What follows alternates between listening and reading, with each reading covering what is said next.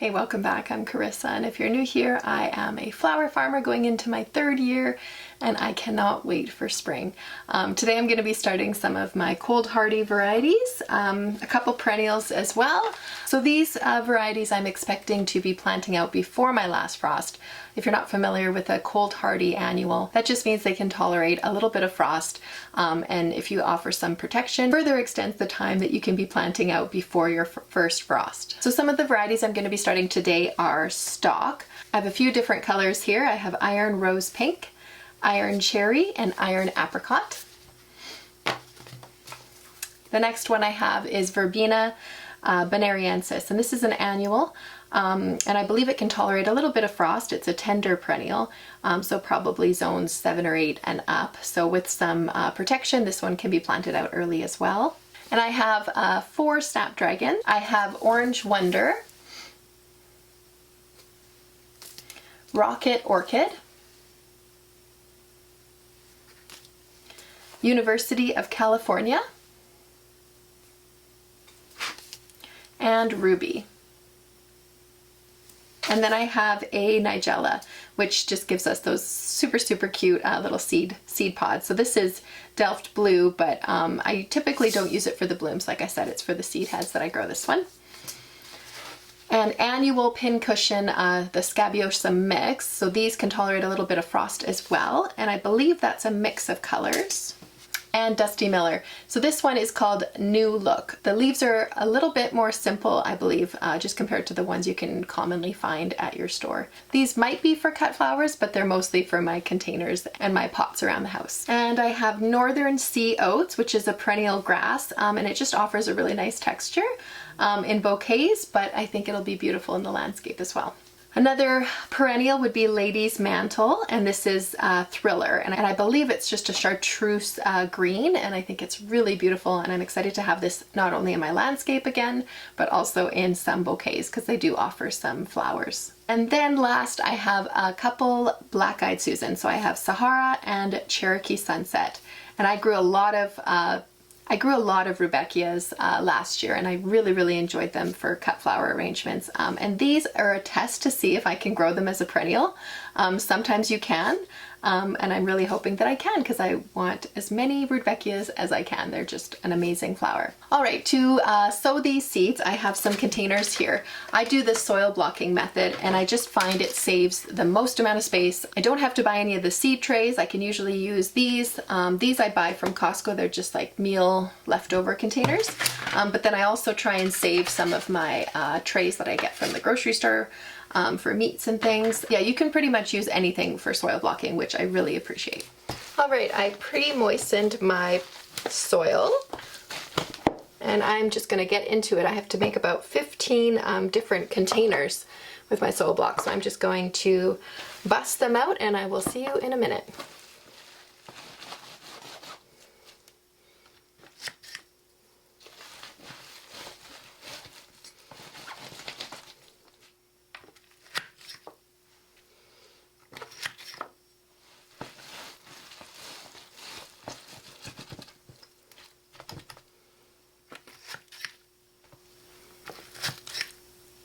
Okay, I have all of my trays prepared and I'm ready to start sowing. So I'm going to start with the big guns. I have about 120 little blocks here.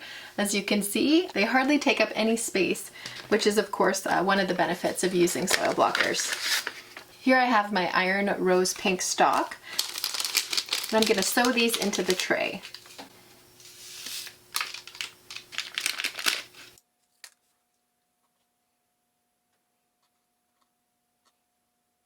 And there is my rose. So that filled 40 of my soil blocks. And I tend to only place 1 seed per soil block just because it is such a small space. If one doesn't come up, it's not wasting a huge amount of space. So it just makes sense for me to save my seeds and just do 1 per soil block. And next is iron cherry stock. And I've learned over the years to just place one variety per container. I used to do, you know, zinnia, snapdragon, whatever I was sowing at the moment.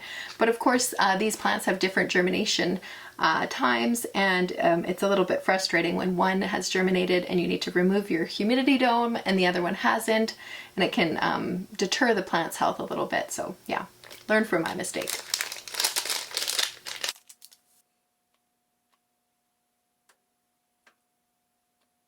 And there is my cherry label in there, and then apricot.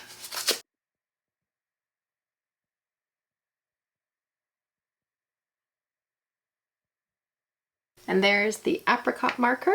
A light sprinkle of vermiculite tends to moderate the moisture level and also prevent any dampening off or fungus from growing on the soil surface. All right, and then I place a humidity dome over top and place them under lights until they germinate, and then I will remove the humidity dome. So this is another large tray. I have 120 soil blocks in this one as well. So I think I'll do maybe a couple different snapdragons because I think I have quite a few seeds in here. When it comes to snapdragons, I sprinkle quite liberally just because it's so much easier, and typically snapdragon seeds are kind of inexpensive, so I just tend to sow it very generously.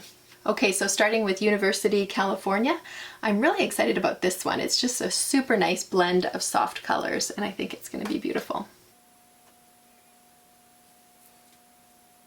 Okay, I'm sure that was almost 100 seeds quite easily. I think it'll cover the area very well. So I just usually put the labeler in between my snapdragon varieties just to remind myself that this area is that variety. Okay, and then I have Ruby.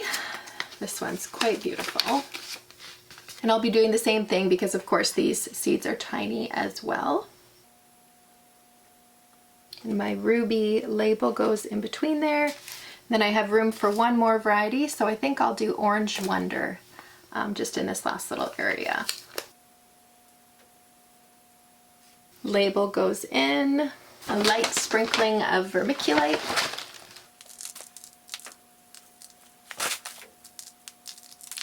And under the lights. Okay, I'm gonna do my last type of snapdragon, the Rocket Orchid, in my 40 sized container. And these containers, of course, came with a lid, so it makes the perfect humidity dome for them. And now I have the Verbena bonariensis, and I cannot wait to see this in real life. The pictures are just so beautiful. I've heard it has the tendency to self-seed itself in the garden. Let me know if that's been a problem for you or if you really enjoy it self-seeding. These seeds are very interesting.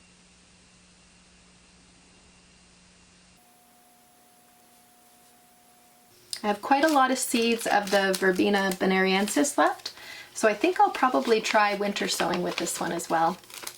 That'll give me a good idea if they do self-sow in our area and if they can handle our cold weather climate. Okay, now I'm going to be doing the new look Dusty Miller. I grew a Dusty Miller last year, more of the typical, more of the classic look.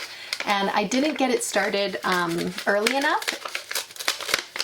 They just took a while to mature, so I'm hoping that this one, starting it now, of course it's end of January, I think this will give it lots of time to get established and put on a good show for me for this year. Okay, so they're in a little vial and they look like they're pelleted. So whatever seeds are pelleted, obviously they're not getting any oxygen. Use them the first year, will not be viable for next year.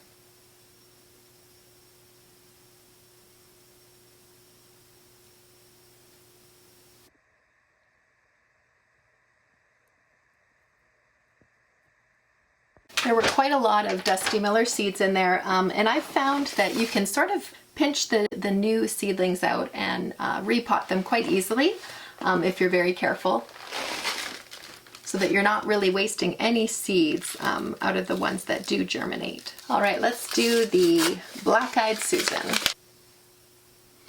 There are a ton of seeds in this packet as well, so I'll probably end up winter sowing some of these as well, because typically Rudbeckia does do well with the winter sowing method as well.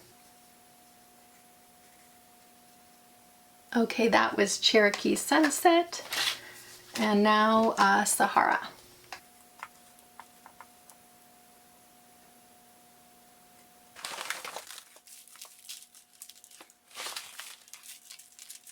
Okay, and now Nigella. This is not one of my favorite flowers to grow. Like I said, the seed heads are quite cute, but I'm just using my last year's stock. It's not one of my favorites. It's interesting how we all have certain favorites and some we just love, whereas others just really can do without it. Let me know in the comments if you like Nigella, if you prefer the flower or the seed head. And now the northern sea oats, which is a decorative grass, and I think it'll be a great addition to bouquets and a landscape. The seeds look like little flax seeds.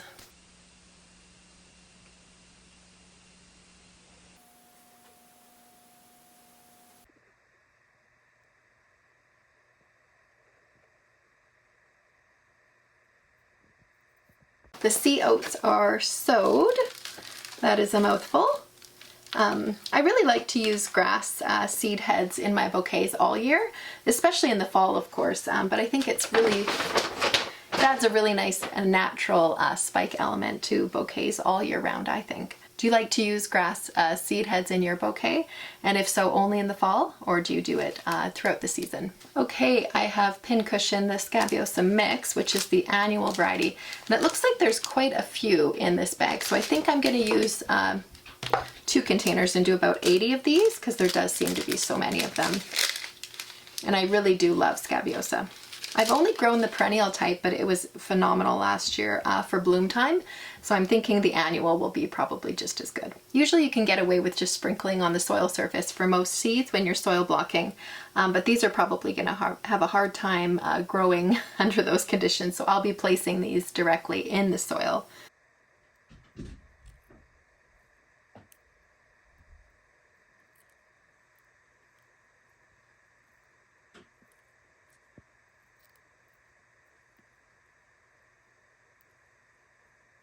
All right, my last one is the Lady's Mantle Thriller variety. And I have some left over to try the winter sowing method with these ones as well. If you can't tell, I really like the winter sowing method. I also love to experiment and see which method works better for which seed, because I think it depends on which seed you're sowing as well. Okay, that is my last one. Well, that is what I had planned today. I find it really helpful to just do a few different varieties per day, you know, as the weeks come, and then before you know it, you will have all of your inventory started.